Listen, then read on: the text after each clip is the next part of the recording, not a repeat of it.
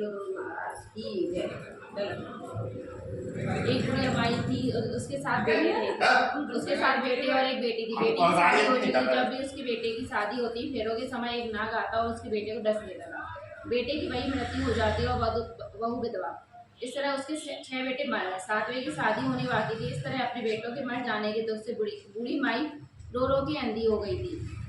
भाई तो जाने को हुई थी, तो भाई ने कहा कि मैं बहन से तिलक कराने जाऊंगा। माँ ने कहा ठीक है।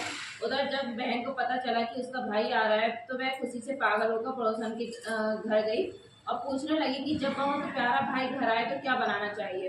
पड़ोसन उसकी खुशी को देखकर जल भुन गई और कह दिया कि दूध से रसोई लीप, घी में चावल पका।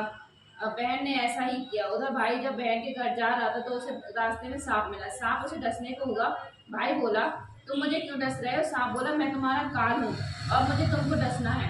भाई बोला मेरी बहन मेरा इंतजार कर रही है, मैं जब तिलक करा के वापस लौटूंगा तब तुम मुझे डस लेना। सांप ने कहा भला आज तक कोई अपनी मौत के लिए लौट के आया है जो तुम आओगे?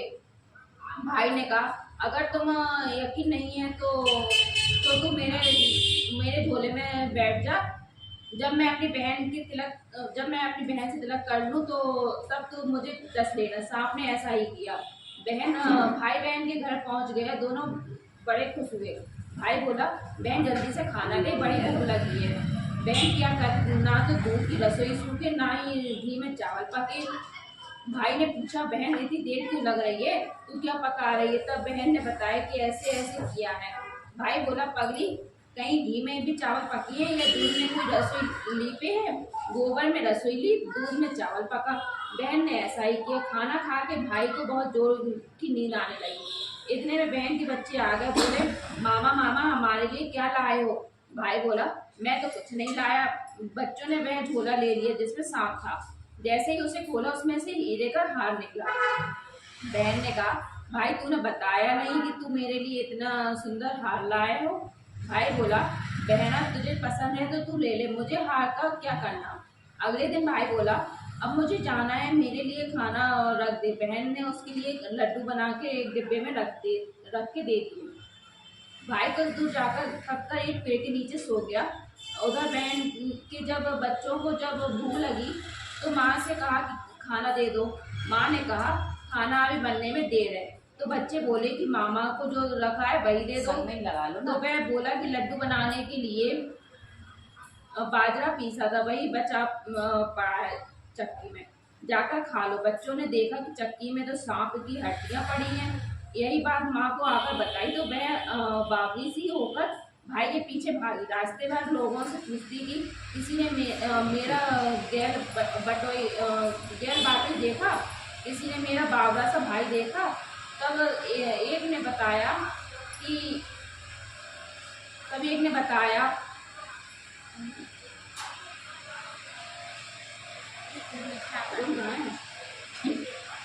बताया कि वो बेटा तो है पेड़ के नीचे, देख ले भाई तो नहीं। भागी भागी पेड़ के नीचे पहुंची, अपने भाई को नीचे उठाया। भैया भैया कहीं तूने मेरे लड्डू तो नहीं खाए? भाई बोला ये ले तेरे लड्डू नहीं खाए मैंने, ले दे के लड्डू नहीं तो दिए थे। उसके भी पीछे पीछे आ गई। बहन बोली नहीं भाई तू झूठ बोल रहा है, जरूर तूने खाया है। अब तो तू मेरे साथ चलूंगी, अब तो मैं तेरे साथ चलूंगी। भाई बोला तू ना मान रही है तो चल फिर। चलते चलते बहन को प्यास लगती है। वह भाई कहती है कि मुझे पानी पीना है। भाई बोला अब मैं यहाँ तेरे लिए पानी कहाँ से लाऊं? देख तू कहीं झील ओढ़ रही है, चली जाओ वहाँ, शायद तुझे पानी मिल जाए। तब बहन वहाँ गई और पानी पीकर लौट रही थी तो रास्ते में देखती है कि एक जगह जमीन में 6 सिलाएं गड़ी हैं और एक बिना गड़े रखी हुई थी। उसने एक बुढ़िया से पूछा कि ये सिलाएं कैसी हैं?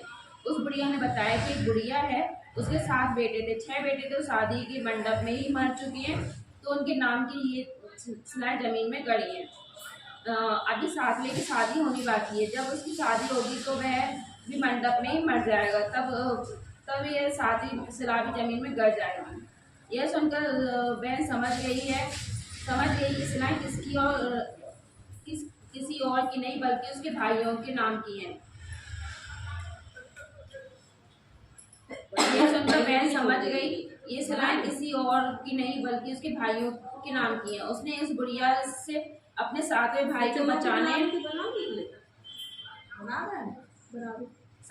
बचाने का उपाय पूछा। गुड़िया ने उसे बतला दिया कि वह अपने सातवें भाई को कैसे बचा सकती है। सब जानकर वह वहां से अपने बाल खुले करके पागलों की तरह अपने भाई को गालियां देती हुई चली। भाई के पास आकर बोलने लगी, तू तो जलेगा घुटेगा मरेगा। भाई उसके ऐसे व्यवहार को देखकर चौंक गया, पर उसे उसको समझ नहीं आया। इसी तरह दोनों भाई बहन माँ के घर पहुँच गए। कुछ समय के बाद भाई के लिए सगाई आने लगी। उसकी शादी तय हो गई।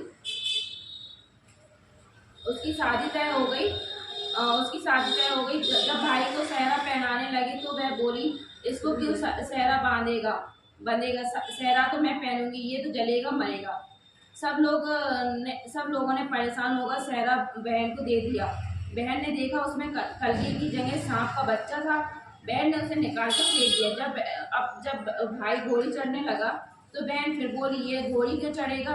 घोड़ी तो मैं चढ़ूंगी, ये तो जलेगा मरेगा, इसकी लाश तो चीख कौवे खाएंगे। सब लोग बहुत परेशान। सबने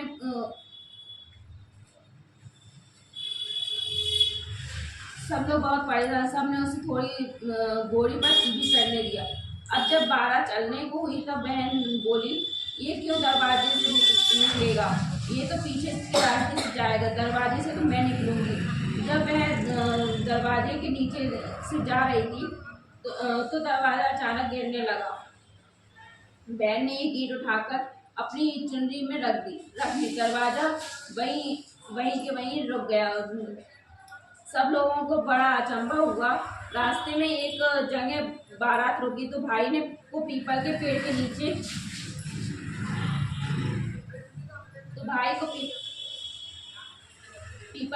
नीचे खड़ा कर दिया। बहन कहने लगी, ये क्यों छांव में खड़ा होगा? ये तो धूप में खड़ा होगा, छांव में तो मैं खड़ी होंगी। जैसे ही वह पेड़ के नीचे खड़ी हुई, पेड़ गिरने लगा। बहन ने एक पत्थर तोड़कर अपनी चुनरी में लगा लिया, अपनी चुनरी में रख लिया। पेड़ वहीं की वहीं रुक गया। अब तो सबको विश्वास हो गया कि ये बावली कोई जादू टोना सीख कर आई है, जो बार बार अपने भाई की रक्षा कर रही है। ऐसे करते करते फेरों का समय आ गया। जब दुल्हन आई तो उसने दुल्हन के कान में कहा, अब तक तो मैंने तेरे पति को बचा लिया, अब तू ही अपने पति को और साथ ही अपने मरे हुए जेठों को बचा सकती है। फेरों के समय एक नाग आया। वो जैसे ही दूल्हे को डसने को हुआ, दुल्हन ने उसे एक लोटे में भर के ऊपर से प्लेट से बंद कर दिया। थोड़ी देर बाद नागिन लहर लहर करती आई। दुल्हन से बोली, तू मेरा पति छोड़। दुल्हन बोली, पहले तू मेरा पति छोड़। नागिन ने कहा, ठीक है, मैंने तेरा पति छोड़ा। दुल्हन बोली, ऐसे नहीं, पहले 3 बार बोल। नागिन ने 3 बार बोला। फिर बोली कि अब मेरे पति को छोड़। दुल्हन बोली, एक मेरे पति से क्या होगा? हंसने बोलने के लिए एक जेठ भी तो होना चाहिए, एक जेठ भी छोड़। नागिन ने जेठ के प्राण दे दिए।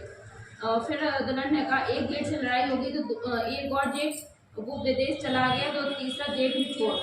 इस तरह एक एक करके दुल्हन ने अपने 6 जेठ जीवित करा दिए। उधर रो रो के बुढ़िया का बुरा हाल था कि अब तो मेरा 7वां बेटा ही बाकी बेटों की तरह मर जाएगा। गांव वालों ने उसे बताया कि उसके 7 बेटा और बहुएं आ रही हैं। तो बुढ़िया बोली, अगर ये बात सच हो तो मेरी आंखों की रोशनी वापस आ जाए और मेरे सीने से दूध की धार बहने लगे। ऐसा ही हुआ। अपने सारे बहू बेटों को देखकर वह बहुत खुश हुई। बोली, ये सब तो मेरी बाबली का किया है। कहाँ है मेरी बेटी? सब बहन को ढूंढने लगे। देखा तो वह भूसे की कोठरी में सो रही थी। जब उसे पता चला कि उसका भाई सही सलामत है तो वह अपने घर को चली। उसके पीछे पीछे सारी लक्ष्मी भी जाने लगी।